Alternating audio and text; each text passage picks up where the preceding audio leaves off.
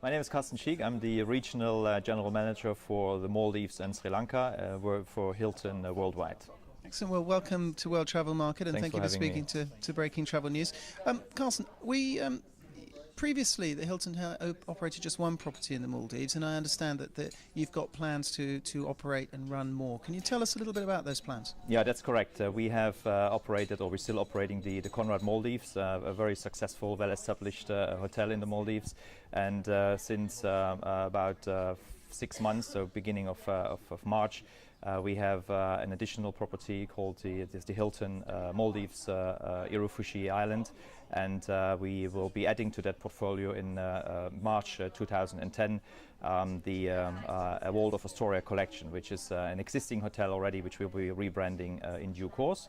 And in addition to that, we will be also opening a 4-star DoubleTree by Hilton on the capital island of Male.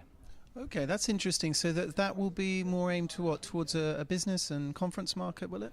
Yeah, there is increasing demand also for business travelers into the Maldives, and there are only very few business hotels in Male, and we have been very lucky to work with a very well-established organization in the Maldives to open up this hotel. And this hotel will have a shopping complex, it will have a cinema, and it will have obviously have the hotel. So it's the first of its kind in the capital. That sounds very exciting. Now, historically, Maldives has always had the problem of a poor airlift, and recently we've had the launch of both Oman Air and British Airways. Can you tell me a bit about how important that is to Hilton?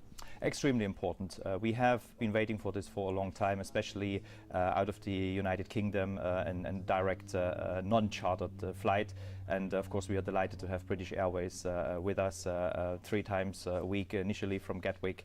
And of course that not just caters towards our traditional markets, but also to the really high-end clientele in the Maldives, with obviously a lot of business class seats.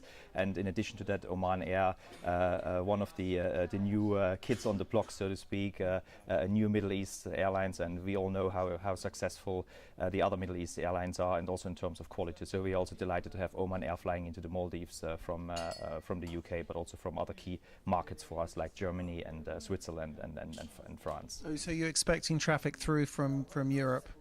We're expecting a lot of traffic through because Oman Air connects through Muscat, whereas British Airways goes non-stop. Yeah. Okay.